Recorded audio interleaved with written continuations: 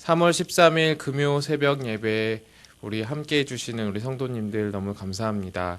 오늘 찬송가는 96장 예수님은 누구신가 함께 찬양하겠습니다.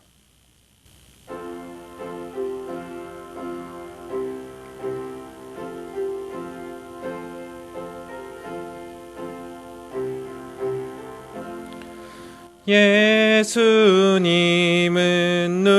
누구신가 우는 자의 위로와 없는 자의 풍성이며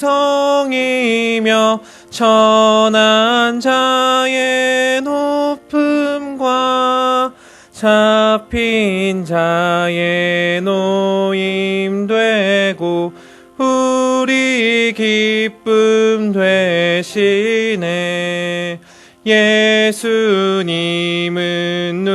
누구신가 약한 자의 강함과 눈먼 자의 빛이시며 병든 자의 고침과 멸망자의 구원되고 우리 생명 되시네.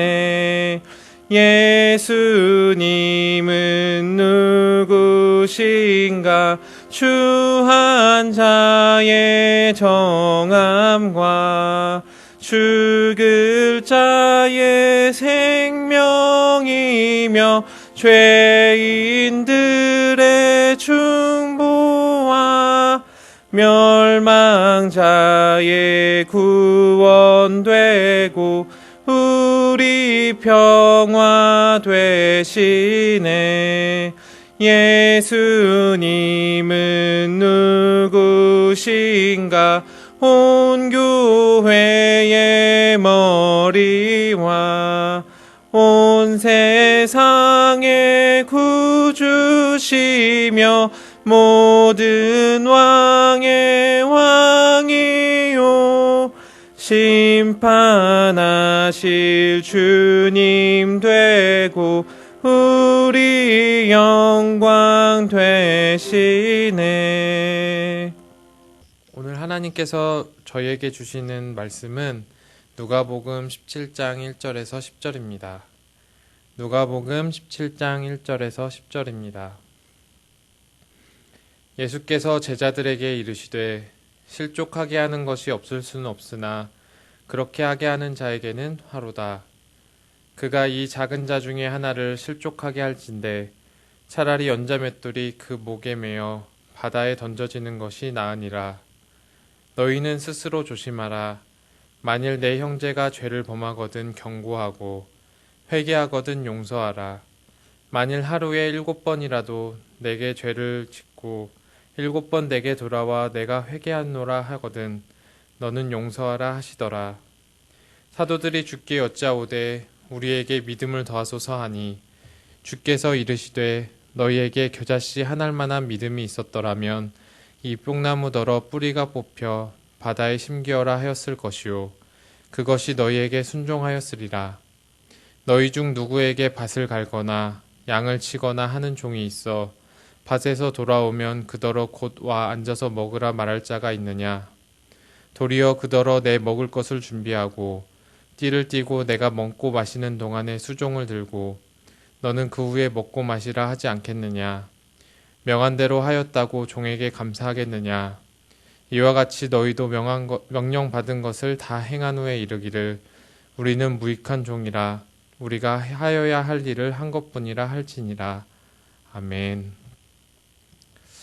오늘 큐티 본문의 제목은 예수님이 가르치신 제자도라고 하고 있습니다. 특히 이 제자도라는 단어에 주목하기를 원하는데요. 오늘 본문은 모든 사람들을 위한 말씀이 아니라 바로 제자들을 위한 말씀입니다.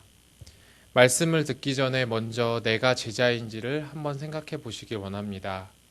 그리고 제자라고 생각이 든다면 오늘 본문의 말씀이 오늘 나의 현실 속에서 어떻게 적용될 수 있을까 고민하면서 함께 들으시기를 이렇게 들으셨으면 좋겠습니다. 1절에서 4절을 읽어보겠습니다.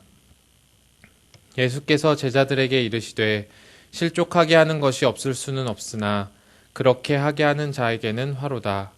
그가 이 작은 자 중에 하나를 실족하게 할진대 차라리 연자맷돌이 그 목에 매어 바다에 던져지는 것이 나으니라. 너희는 스스로 조심하라. 만일 내 형제가 죄를 범하거든 경고하고 회개하거든 용서하라. 만일 하루에 7번이라도 내게 죄를 짓고 7번 내게 돌아와 내가 회개하노라 하거든 너는 용서하라 하시더라. 예수님께서 제자에게 하신 첫 번째 가르치심은 바로 형제에 관한 것입니다. 형제가 실족하지 않도록 하고 그리고 그 형제가 죄를 짓고 용서를 구한다면 그 형제를 용서하라는 것입니다. 여기서 작은 자는 신앙생활을 한 지 얼마 안 되는 믿음이 작은 자를 말하는데요. 형제가 하나님으로부터 멀어지게 하고 그리고 신앙으로부터 끌어내려서 죄를 짓게 하는 것은 우리가 의도적으로 또 무의식적으로 할 수 있지만 그 사람에게는 화가 임한다는 것입니다. 작은 자를 걸려 넘어지게 하는 것보다 차라리 자신의 목에 무거운 연자맷돌을 메고 그렇게 바다에 빠지는 것이 더 나을 것이라고 말씀하십니다. 연자맷돌을 목에 맨다는 것은 그 돌의 무게 때문에 다시는 그 수면 위로 올라오지 못한다는 것을 의미하죠. 그만큼 형제를 실족하게 하는 일이 엄중한 일이라는 것입니다. 신앙이 연약한 사람들은 우리의 작은 말 한마디 그리고 행동 하나에도 쉽게 넘어질 수가 있죠. 그래서 실족하게 하지 않을 수는 없지만 스스로 최대한 조심하라는 것입니다. 그러면서 가장 대표적인 예로 형제에 대한 용서에 대해서 이야기하고 있습니다. 남을 용서한다는 것은 그 사람의 죄를 가볍게 여기는 것이 아닙니다. 죄보다 형제를 더 귀하게 여긴다는 것입니다. 그런 관점에서 우리는 형제의 죄에 대해서 경고해야 합니다. 우리가 무조건 괜찮아 하면서 이렇게 괜찮다고 이야기하고 또 우리가 좋은 게 좋은 거라면서 그 죄를 덮어놓는 것은 상처가 골마치 터지도록 내버려 두는 것입니다. 이것은 공동체를 위해서도 그리고 그 형제를 위해서도 좋지 않은 일이기 때문에 우리는 그 죄가 있다면 미리 경고해야 하는 것입니다. 그러나 공개적으로 그 한 사람의 죄를 비난하고 정죄한다면 그 사람을 실족하게 할 수 있는 일이기 때문에 우리는 기도하면서 조심스럽게 그 형제가 자신의 죄를 발견하도록 도와주어야 한다는 것입니다. 우리는 죄에 대해서 경고하는 것보다 더 중요한 것이 용서라는 것을 항상 잊어서는 안 됩니다. 목적을 잃어버리는 순간 모든 것은 순식간에 파괴됩니다. 부모가 돈을 버는 목적이 무엇일까요? 자녀들을 부양하고 행복한 가정을 이루기 싶기 때문이 아니겠습니까? 그런데 많은 부모들은 생각한다는 거죠. 지금 돈 버는 것이 우선이고 가족들은 조금 나중에 챙겨도 돼. 조금 나중에 가족들과 함께 시간을 보내도 돼. 이렇게 가족들을 희생시킵니다. 그렇게 하루 이틀 그리고 1년 2년 지나다 보면 결국에는 말만 가족이고 같이 살 뿐이지 마음의 거리는 정말 남보다도 못한 그러한 가정들을 너무나도 많이 보았습니다. 자녀들은 지금 부모들을 필요로 하고 있습니다. 마찬가지로 우리가 죄에 대해서 이야기하는 그 목적은 무엇일까요? 형제의 죄를 들춰내어서 저 사람은 저런 사람이야. 저 사람은 나쁜 사람이야 하면서 낙인 찍어버리고 그 사람이 이 공동체에서 다시는 딛고 일어설 수 없도록 하는 것이 아닙니다. 이 부분에서 믿음이 연약한 형제들이 많이 넘어질 수 있습니다. 교회 공동체가 형제의 죄에 대해서 경고하는 이유는 그 사람이 죄를 깨닫고 회개하도록 하기 위해서입니다. 내가 그를 용서하기 위해서, 그가 다시 돌아온다면 다시 품고 사랑하기 위해서입니다. 자신의 죄를 깨닫고 돌아온 둘째 아들을 품어준 그 아버지처럼 공동체는 그가 회개할 때마다 용서해야 된다고 이야기하는 것이죠. 그렇다면 몇 번까지 그를 용서해야 할까요? 우리 4절을 한번 읽어보도록 하겠습니다. 만일 하루에 7번이라도 내게 죄를 짓고 7번 내게 돌아와 내가 회개하였노라 하거든 너는 용서하라 하시더라. 우리 사회에서 3-4번 그리고 3아웃이 흔히 통용되는 것처럼 유대인들 사이에서도 똑같은 죄를 3번 용서하는 것이 미덕으로 여겨졌습니다. 그런 문해를 알고 있는 예수님께서는 하루에 7번 죄를 짓고 너에게 돌아와 용서를 구한다면 너는 용서하라 이렇게 말씀하십니다. 근데 이것이 가능한 일일까요? 어떤 사람이 나에게 끊임없이 똑같은 죄를 저지르는 것입니다. 그 똑같은 죄를 저지르고 그리고 용서를 구하고 죄를 저지르고 용서를 구하고 죄를 저지르고 용서를 구하고 그것을 하루에 7번 한다고 합니다. 2시간에 한 번 이렇게 죄를 저지르는 거죠. 한두 번까지는 괜찮아도 또 2-3번, 3-4번까지는 진짜 꾹 참고 인내할 수 있어도 그 이상은 아마도 그 사람의 용서의 진정성이 의심될 것입니다. 아마도 불가능할 거라고 생각이 듭니다. 내 자식이 2-3번 사고쳐도 불평이 나고 화가 나는데 다른 사람이 같은 이유로 하루에 7번씩 찾아온다면 속된 말로 막 뚜껑이 열리는 거죠. 온순한 양도 사나운 일이가 될 수 있습니다. 똑같은 죄를 하루에 7번 짓는 것도 대단한 일이지만 그것을 그때마다 용서하는 것은 정말 불가능에 가까운 일입니다. 혹시 이 중에는 정말 내가 그 불가능에 가까운 일을 하는 사람이야 생각하는 분이 있으신가요? 아니면 내 배우자가 그런 사람이야 이렇게 생각하시는 분이 있으실까요? 죄송하지만 그런 사람은 없습니다. 0.0000001%의 확률도 없습니다. 제자들도 그렇게 결론을 내린 것 같은데요. 그래서 예수님께 믿음을 달라고 요청하였습니다. 제자의 두 번째 원리는 믿음의 행함입니다. 우리 5절을 한번 읽어보도록 하겠습니다. 사도들이 주께 여짜오되 우리에게 믿음을 더하소서 하니 제자들은 예수님께 믿음을 더해줄 것을 요구하고 있습니다. 그 정도로 남을 용서한다는 것, 그리고 형제가 실족하지 않게 한다는 것은 어려운 일입니다. 그런데 예수님은 이 믿음을 요구하는 제자들에게 반대로 말하십니다. 작은 믿음이 있다면 너는 용서할 수 있다 이렇게 말입니다. 우리 6절을 한번 읽어보겠습니다. 주께서 이르시되 너희에게 겨자씨 한 알만한 믿음이 있었더라면 이 뽕나무더러 뿌리가 뽑혀 바다에 심기어라 하였을 것이요 그것이 너희에게 순종하였으리라. 뽕나무는 뿌리가 깊은 나무이기 때문에 그 나무의 뿌리를 뽑아서 이렇게 뿌리채 뽑는 것도 어려운 일이지만 바다에 다시 심기우는 일은 거의 불가능한 일입니다. 작은 믿음을 가진 형제를 실족하게 하지 않는 일, 그리고 죄 지은 형제를 끊임없이 용서하는 일이 불가능하기 때문에 믿음의 능력으로만 가능하다는 것을 말하고 있는 것입니다. 맞습니다. 내가 하려고 하면 불가능합니다. 내가 용서하려고 하면 불가능합니다. 우리의 관점을 완전히 바꿔야 합니다. 사고 자체를 변화시켜야 합니다. 사람으로는 할 수 없습니다. 그러나 그리스도인인 우리는 할 수 있습니다. 왜냐하면 진정한 용서는 나의 성품의 감대함에서 나오는 것이 아니라 바로 우리를 위해서 하신 그 하나님의 그 대한 감사와 그리고 믿음에서부터 나오는 것이기 때문입니다. 1-2년 전에 미스터 션샤인이라는 그런 드라마가 있었는데요. 이병헌 그리고 김태리 주연이었습니다.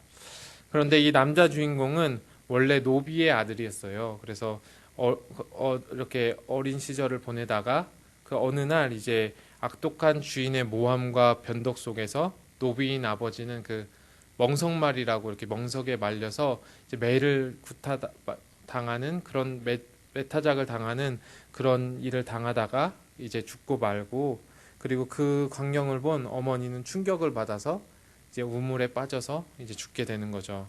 그리고 이 어린 아들만이, 이 주인공만이 간신히 도망쳐서 나오는 그런 일이 있었습니다. 이렇게 도망쳐 나오는 길에 외국인 선교사를 만나서 이제 미국에 가게 됐고요. 그리고 미국인의 장교가 되어서 30년 만에 조선 땅에 돌아왔습니다. 이 남자의 인생의 목표가 무엇이었을까요? 바로 부모님의 원수를 갚는 것, 바로 복수였습니다. 그러나 여러 우여곡절 끝에 그는 마침내 복수를 포기합니다. 다른 사람들이 왜 그 복수를 하지 않느냐 이렇게 물어보자 그는 이야기합니다. 나는 부모와 달리 누구든지 뵐 수 있고 누구든지 쏠 수 있는데 선택한 거요. 나는 부모와 달리 무엇이든지 선택할 수 있으니까. 다시 말하자면 내가 힘이 없어서 용서하는 것이 아니라 내가 선택할 힘이 있기 때문에 용서한다는 것입니다. 마찬가지입니다. 이전에 우리는 힘이 없었습니다. 용서할 힘이 없었습니다. 그러나 우리의 신분은 변화되었습니다. 그리스도께 속한 사람이 되었습니다. 우리는 이제 선택할 힘이 있습니다. 바로 예수님께서 우리를 향해서 보여주신 그 용서가 그러한 선택을 할 수 있는 여지를 만들어낸 것입니다. 그분을 믿는 그 믿음이 선택할 힘을 갖게 하였고 이제 우리는 선택할 수 있습니다. 이 사람을 용서할 것인가, 용서하지 않을 것인가. 마태복음에 만달란트 비유가 나옵니다. 임금에게 천문학적인 돈을 빌린 사람이 이제 임금 앞에 서게 되는데요. 만달란트는 지금으로 환산하면 6조 원이나 되는 엄청난 돈입니다. 자신의 몸과 아내 그리고 자식들과 모든 소유를 다 팔아도 갚을 수 없는 돈입니다. 그러나 그를 불쌍히 본 임금은 그 돈을 다 탕감해 주었습니다.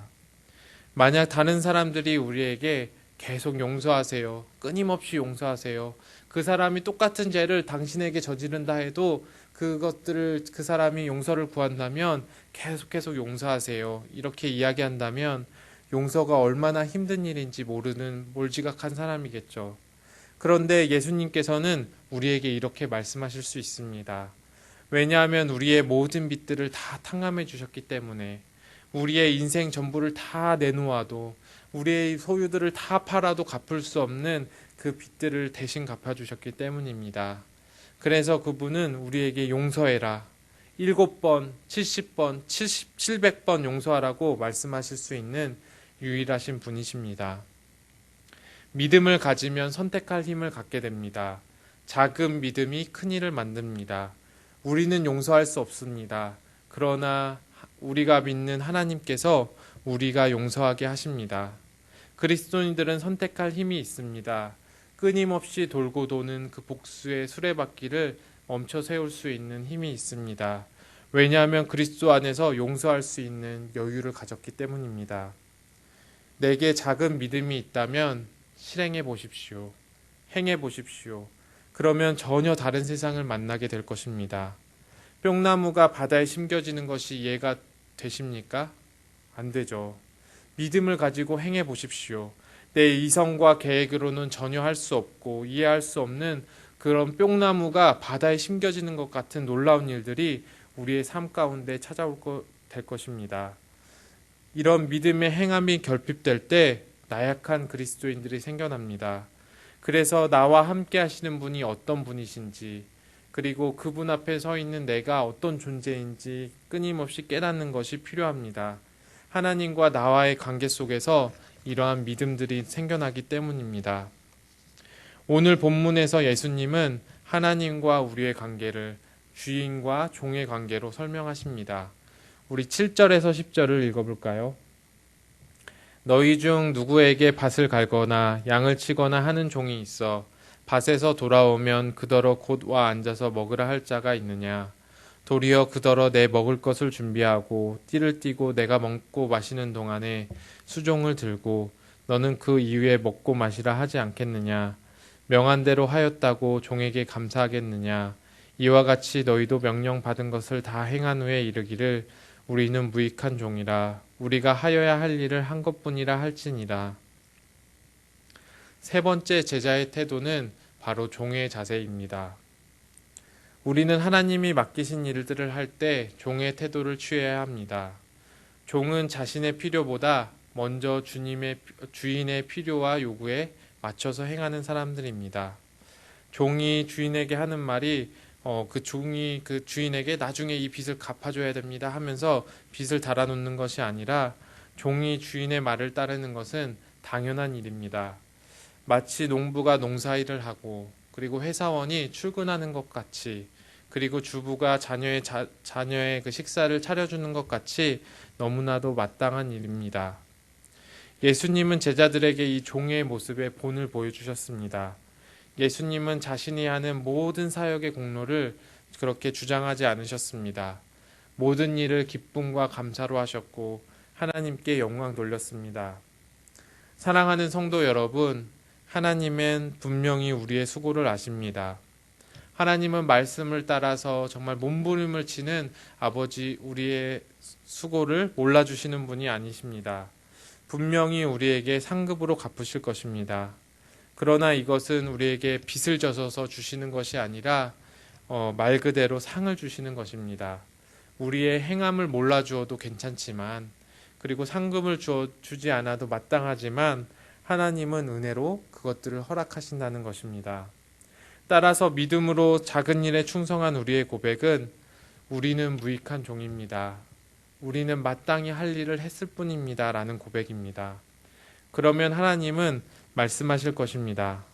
잘하고 착하고 충성된 종아, 내가 적은 일에 충성하였음에 내가 많은 것을 내게 맡기리니 내 주인의 즐거움에 참여할지어다. 말씀을 맺도록 하겠습니다. 성도 여러분, 여러분의 제자도의 끝은 어디라고 생각하시나요? 그냥 적당히 예수님 믿다가 적당히 따라가는 것이라고 생각한다면 너무나도 슬프고 안타까운 일입니다. 이런 생각은 신앙생활에서의 아주 작은 부분밖에 보지 못하고 그리고 경험하지 못하게 만들기 때문입니다. 무리들도 예수님의 뒤를 따릅니다. 그러나 예수님의 제자들은 다릅니다. 그들은 예수님의 길을 끝까지 따르는 사람들입니다. 물론 예수님도 제자들의 길이 힘들다는 것을 알고 계십니다. 그래서 초대교회에서는 이 제자라는 말을 순교자라는 말과 이제 동의어로 사용했다고 합니다. 제자는 힘들지만 가능하다고 믿는 사람들입니다. 의심과 두려움, 그리고 나태함과 나약함에 나를 내어주지 마십시오. 예수님의 말씀을 자신의 삶에 끊임없이 적용하고 작은 믿음이 자신의 삶에서 큰 은혜로 나타나는 것을 경험한 사람들이 바로 제자들입니다. 그리스도의 제자들은 내면적인 변화를 다 경험한 사람들입니다. 가치관이 변하고 관계들이 변화됩니다. 돈에 대한 생각들이 변화되고 하나님과 사람에 대한 태도가 변화됩니다. 그 변화들이 오늘 본문에 말하는 용서와 믿음, 그리고 종의 태도에 대한 이야기입니다. 단순히 윤리적으로 성숙해지라는 것이 아닙니다. 내 성품으로 포용하고 용서하라는 것이 아닙니다. 내가 아닌 예수 그리스도로 하라는 것입니다. 이것이 우리에게 같은 잘못을 저지른 사람을 7번, 70번, 700번 용서할 수 있는 이유입니다. 물론 상대방의 회개를 의심할 수 있습니다. 그 진정성을 의심할 수 있습니다. 그런데 우리는 용서합니다. 왜냐하면 예수님께서 나를 그렇게 용서하고 계시기 때문입니다. 내가 주님 앞에 나와 잘못을 구한다면 그때마다 예수님은 기꺼이 나를 받아주시고 용서해 주시기 때문입니다. 사랑하는 성도 여러분, 예수님을 만나고 고백한다는 것이 내 삶에 어떤 의미인지 생각해 보십시오. 예수님을 만난 것, 그리고 그분의 말씀을 듣는 것, 그리고 그분을 따라서 그 길을 걸어간다는 것, 이것은 모두 엄청난 사건입니다. 왜냐하면 예수님은 나의 인생 전체를 부르셨기 때문입니다. 그분은 단순히 우리의 영혼만 구원하신 것이 아니라 우리의 인생 전체를 구원하셨고, 그리고 우리의 인생 전체를 들어서 예수님의 뒤를 따르는 그 제자의 길에 두셨습니다. 여러분들은 바로 그런 존재들입니다. 오늘 하루 주님이 가르쳐 주신 제자로서의 삶을 발견하시고, 그리고 주님의 말을 듣는 충성된 종과 같은 마음으로 내 안에 있는 작은 믿음을 따라서 순종함으로 놀라운 삶의 변화들을 경험하시기를 예수님의 이름으로 축원합니다. 아멘. 함께 기도하시겠습니다. 하나님 아버지 감사합니다. 오늘 말씀을 통해 제자들의 삶에 대해서, 제자들이 어떠한 길을 걸어가야 될지에 대해서 말씀해 주심을 너무나도 감사합니다. 하나님 아버지, 우리가 형제들을 실족하게 하는 일을 하지 않을 수 없습니다. 또 회개한 형제들을 끊임없이 용서하는 일을 할 수 없습니다. 그러나 예수님은 그 일이 가능하시고 그 일을 하셨습니다. 그렇기에 예수님을 따르는 우리 또한 그 일을 할 수 있음을 고백합니다. 하나님 아버지, 내 안에 있는 그 예수 그리스도를 향한 작은 믿음을 사용하셔서 하나님 주님의 놀라운 일들을 경험케 하시기를 간절히 소망합니다. 내가 주님의 길을 걸어갈 수 있도록 도와주시고 내가 그 주님의 길 가운데서 하나님이 목도하시는 너무나도 놀라운 은혜들을 발견할 수 있도록 주님께서 함께하여 주시옵소서. 그리하여서 내 주변에 있는 이웃들이 그리고 공동체들이 또 가정들이 하나님 예수를 발견하는 그 놀라운 은혜가 하나님 우리의 발걸음 가운데 있을 수 있도록 주님 함께하여 주시옵소서. 이 모든 건 예수님의 이름으로 기도드립니다. 아멘. 우리 주님이 가르쳐 주신 기도하도록 하겠습니다. 하늘에 계신 우리 아버지여, 이름이 거룩히 여김을 받으시오며 나라에 임하옵시며 뜻이 하늘에서 이루어진 것 같이 땅에서도 이루어지리이다. 오늘날 우리에게 일용할 양식을 주옵시고 우리가 우리에게 죄 지은 자를 사하여 준 것 같이 우리의 죄를 사하여 주옵시고 우리를 시험에 들게 하지 마옵시고 다만 악에서 구하옵소서. 대개 나라와 권세와 영광이 아버지께 영원히 있사옵나이다. 아멘. 우리 첫 번째 기도 제목은요. 나는 할 수 없지만 예수님은 하실 수 있고 그리고 예수님을 믿고 따르는 제자들인 우리도 할 수 있음을 고백하기를 바랍니다. 그 작은 믿음을 붙들고 오늘 나에게 죄 지은 자를 그리고 용서하는 일을 그리고 형제를 실족하게 하지 않는 일들을 정말 해나갈 수 있는 저희들 될 수 있도록 기도해 주시고 주님의 놀라운 역사를 발견할 수 있도록 함께 기도해 주시길 바랍니다. 그리고 코로나19로 확진자들과 그리고 그 가족들을 위해서 그리고 코로나 확산을 방지하기 위해서 수고하시는 모든 일들을 위해서 함께 기도해 주십시오. 그리고 각자의 기도 제목을 따라서 함께 기도하겠습니다. 기도하겠습니다.